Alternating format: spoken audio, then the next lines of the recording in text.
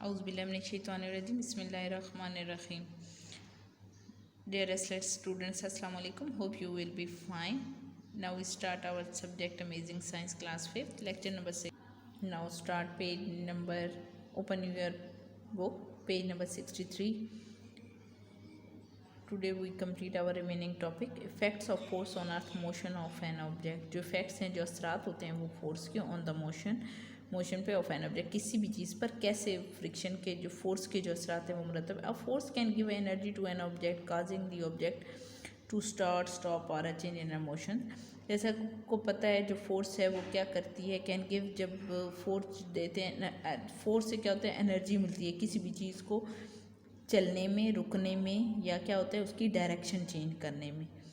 Force occur in pairs and can either be balance और balance. जो जो forces होती हैं वो उसकी क्या होती हैं कि एक बैलेंस फोर्स होती है और एक क्या होती है, अनबैलेंस्ड होती है. Balance force do not cause to change it motion. लेकिन जो बैलेंस फोर्स होती है वो क्या होता है कि उससे मोशन में कोई तब्दीली नहीं आती. अगर फोर्स बैलेंस होगी तो क्या होगा कि मोशन जो होता है वो बिल्कुल सेम रहेगा, उसमें कोई चेंजिंग नहीं आई. They are equal in a size and opposite in direction. वो क्या होगा कि एक तो साइज़ में और जो उसकी अपोजिट डायरेक्शन होती हैं उनमें सेम होगी, तो उसमें क्या होता है कि कोई चेंज नहीं आएगा. और अगर जो होती है हमारी फोर्स वो क्या होगा कि इनबैलेंस्ड होगी, अनबैलेंस्ड होगी, तो उसकी क्या मोशन में भी ज़रूर चेंज आएगा. Balance force do not if an arm wrestling competition between two people who are equally strong, there will probably be a time when both will be pushing equally hard. And इसमें आपको एक ये मिसाल है कि जैसे आपने देखा होगा जिसमें वो पंजा लड़ाते हैं दो बंदे, अगर उन दोनों में इक्वल फोर्स है तो वो स्टिल उनका हाथ जो है वो टेबल पे एक जगह पे रहेगा. लेकिन अगर एक बंदा थोड़ा वीक है तो वो जब मतलब अपनी ये जो फोर्स लगाता है, अपनी जब ताकत लगाता है, तो क्या होगा कि जो दूसरी तरफ उसका जो हाथ है वो गिराने में वो कामयाब हो जाता है. तो इस तरह हम कह सकते हैं कि अगर दोनों तरफ से इक्वली फोर्स अप्लाई हो रही हो तो मोशन में चेंजिंग नहीं होती, बैलेंस फोर्स होते हैं. लेकिन अगर एक साइड से एक बंदा स्ट्रॉन्ग है, वो ज़्यादा एफर्ट कर रहा है, ज़्यादा स्ट्रॉन्ग तरीके से वो उसकी जो फोर्स है वो अप्लाई कर रहा है, तो क्या होगा कि जो हमारे जो मोशंस होते हैं अगर वो क्या होता है कि चेंज हो जाते हैं.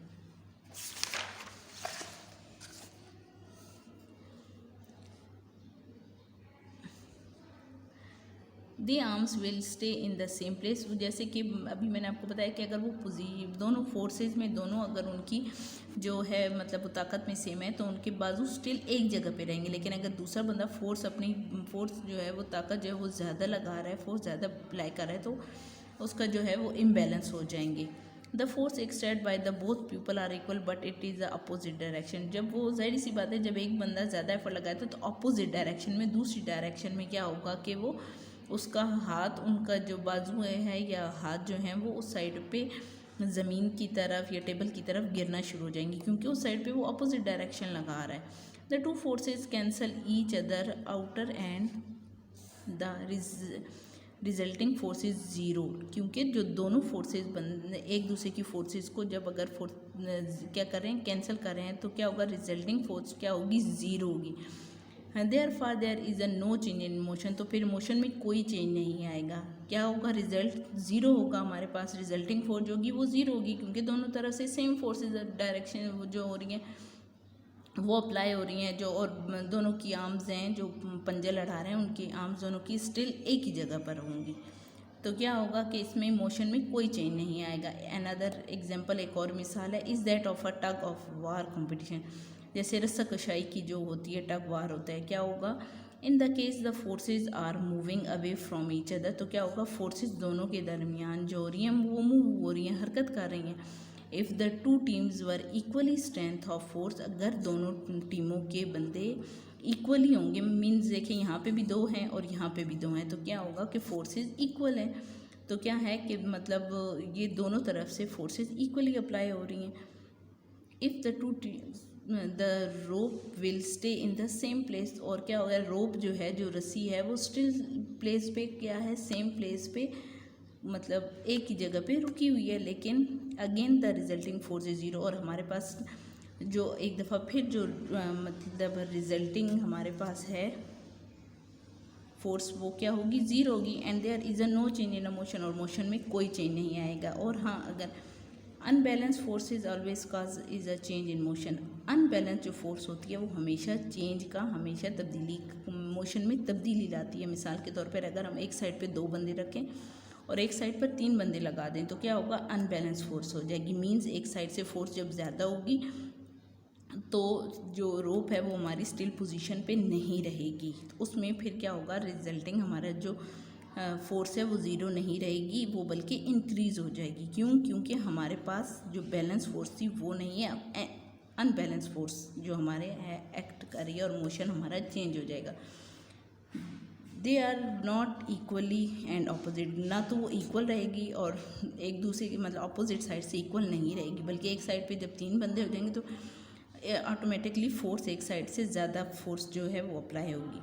When two unbalance forces are exerted in opposite direction, तो फिर क्या होगा कि वो अपोजिट डायरेक्शन से जो फोर्सेस हैं वो अनबैलेंस्ड हो जाएंगी। The combined force is equal to the difference between the two forces exerted and in the direction of the larger force। और जो जिस साइड पे बंदे ज़्यादा होंगे उस साइड से फोर्स जब ज़्यादा लगेगी तो डायरेक्शन हमारी ऑलरेडी चेंज हो जाएगी। Unbalance force and can also be extended in the same direction. If 2 people push a car, this resulting force on the car will be the sum of the forces of both persons and will be in the direction in which they apply the force। अगर देखें 2 बंदे force लगा रहे हैं एक car को, back side से अगर 2 बंदे धक्का दे रहे हैं और जो बंदा बैठा हुआ है वो भी ऑनवर्ड उसको मतलब चलाने में और अपनी एफर्ट, अपनी फोर्स लगा रहा है, तो क्या होगा कि हमारे पास अनबैलेंस फोर्स होगी और गाड़ी मूव करना शुरू कर देगी। क्योंकि 2 बंदे इसको पीछे से फोर्स लगा रहे हैं और वो भी इसीलिए फोर्स लगा रहे हैं ताकि गाड़ी चल पड़े, और जो एक बंदा अगर मिड दरमियान में ड्राइविंग सीट पे बैठा हुआ है तो वो भी इसी तरह फोर्स एक ही सेम डायरेक्शन में लगा रहे हैं। तो क्या होगा कि हमारे पास जो डायरेक्शन है अप्लाई द फोर्स, एक ही सेम डायरेक्शन में फोर्स सारी अप्लाई हो रही है और ये अनबैलेंस फोर्स है। Force is the same direction combined by addition. और ये क्या हो रहा है कि एक कंबाइन एडिशंस के साथ जो मतलब बहुत सारे जो लोग मिलकर वो एक ही साइड पे फोर्स लगा रहे हैं, तो ये अनबैलेंस फोर्स होगी और मोशन में चेंज आएगा और गाड़ी हमारी चल पड़ेगी। नेक्स्ट टॉपिक हमारा है फ्रिक्शन, जिसको रगड़ भी बोलते हैं। There is no such thing of a completely smooth surface.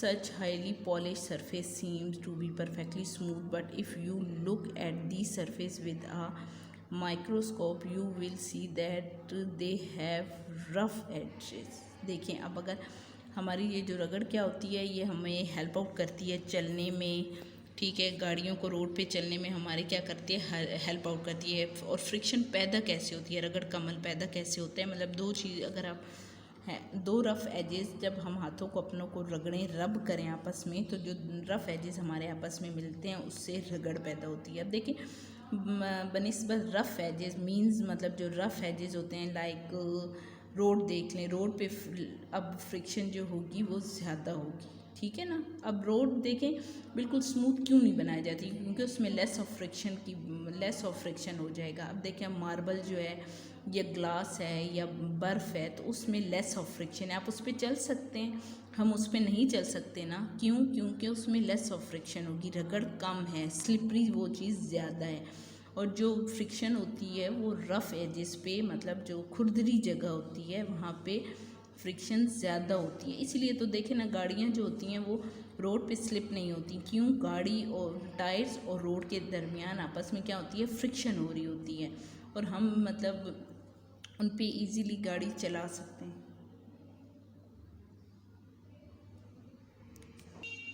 ठीक है। और उसकी निस्बत अगर हम रफ़ एजेस पे आसानी से चल सकते हैं, अगर उसकी निस्बत हम देखा जाए तो ये जो स्मूथली हमारी जो टाइल्स होती हैं, जो मार्बल्स होती हैं, क्या है, इन पे चलना थोड़ा मुश्किल होता है। क्यों? हमें इन पे स्लिप होने का क्या होता है कि खदशा होता है कि क्योंकि इनमें लेस ऑफ फ्रिक्शन होती है, हम इससे स्लिप ना हो जाएं, गिर ना जाएं।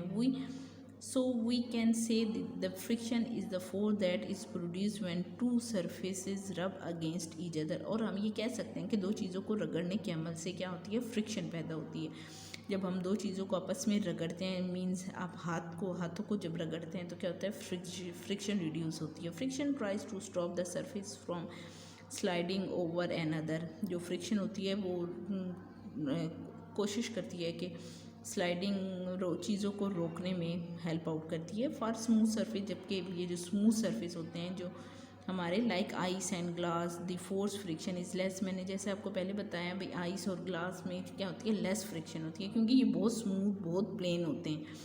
For rough surface like would, जैसे कि रफ जो सरफेसेस होते हैं इन पे जो फ्रिक्शन होती है वो ज़्यादा होती है, like would, rubber and sand paper is much greater. इनमें जो फ्रिक्शन होगी वो ज़्यादा होगी बनिस्बत आइस, ग्लास और इन चीज़ों पे। अब देखें जब आप बॉल कोई थ्रो करते हैं ग्राउंड पे तो वो एक मतलब कुछ फासले पे जा कुछ डिस्टेंस पे जाके रुक जाती है, तो क्या बॉल और ज़मीन या ग्राउंड के दरमियान भी फ्रिक्शन ही होती है। एग्जाम्पल्स ऑफ फ्रिक्शंस थी, there is friction between your hands when you rub them. आप ये हाथ जब रगड़ते हैं तो इनके दरमियान भी फ्रिक्शन है। There is a friction between your shoes and the ground when you walk. जब हम लोग चलते हैं तो हमारे शूज़ और जो रोड या जो ज़मीन है या जो ग्राउंड है उसके दरमियान भी ये फ्रिक्शन ही होती है कि हम स्मूथली चल सकते हैं, हमारा पाँव स्लिप नहीं होता और क्या होता है कि हमें कोई नुकसान नहीं पहुंचता। And between the tyres of your bicycle and the ground when you push the pedals or friction needed to give your shoes and the tires bicycle to grip on the ground। और ये हमारे shoes ही होते हैं और tyres होते हैं। जब हम लोग ब्रेक वगैरह को लगाते हैं तो क्या होता है कि हमारे गाड़ियाँ जो होती हैं वो स्टॉप हो जाती हैं। तो ये फ्रिक्शन की ये सारे फ्रिक्शन का ही सबब मतलब ये होता है कि गाड़ियाँ स्टॉप हो जाती हैं। तो टायर्स, हमारे शूज़, आपकी बाइसिकल वगैरह और ग्राउंड के दरमियान ये फ्रिक्शन का ही अमल होता है। When you write with a pencil, friction causes a millions of carbon atoms to rub off from the end of the pencil. They leaves a black mark on the paper। जब आप लोग right करते हो, जब आप लोग books पे right करते हैं तो आपकी ये हमारी नोटबुक और ये जो पेपर होता है इन दोनों के दरमियान भी ये फ्रिक्शन का ही अमल होता है कि हम जब राइट करते हैं तो क्या होता है कि मिलियंस ऑफ कार्बन एटम्स, जो मिलियंस की तादाद में जो कार्बन एटम्स होते हैं वो क्या होता है कि उसमें से निकल कर पेंसिल पे जो हम लिखते हैं वो हमें ब्लैक मार्क नज़र आना शुरू होते हैं। Friction help in all kinds of motion such as a walking, writing, climbing and so on. Friction का अमल जो होता है वो बहुत सारी चीज़ों में, मोशंस में काम आता है, जैसे चलने में, राइटिंग, लिखने में, क्लाइंबिंग, पहाड़ों पर चढ़ने में। देखिए आप पहाड़ स्ट्रेट होते हैं ना, मतलब उनका जो सरफेस होती है वो स्मूथ नहीं होती, लेकिन फिर भी हम उस पर ऊपर चढ़ जाते हैं। क्यों? उसमें फ्रिक्शन होती है और ये फ्रिक्शन का ही अमल है जो हमारे पाँव को और पहाड़ों के दरमियान जो पहाड़ों का जो सरफेस होता है उसके दरमियान फ्रिक्शन ही होती है जो हमें होल्ड किए रखते हैं, हमें गिरने नहीं देता और हमें उनकी पहाड़ों पर चढ़ने में मदद मिलती है। It helps vehicles to move on the road. और ये फ्रिक्शन ही हेल्प करती है ये गाड़ियों को, बसों को रोड पे चलने में। By allow their tyres to grip the surface. और ये फ्रिक्शन ही है जो ग्रिप मतलब हमारा गाड़ियों पे होल्ड होता है, हमारी गाड़ियाँ इधर उधर नहीं होती और ये फ्रिक्शन के सबब ही होता है। आपने बहुत अच्छे से रीडिंग करनी है। स्टे ब्लेस्ड, स्टे होम, अल्लाह हाफ़िज़।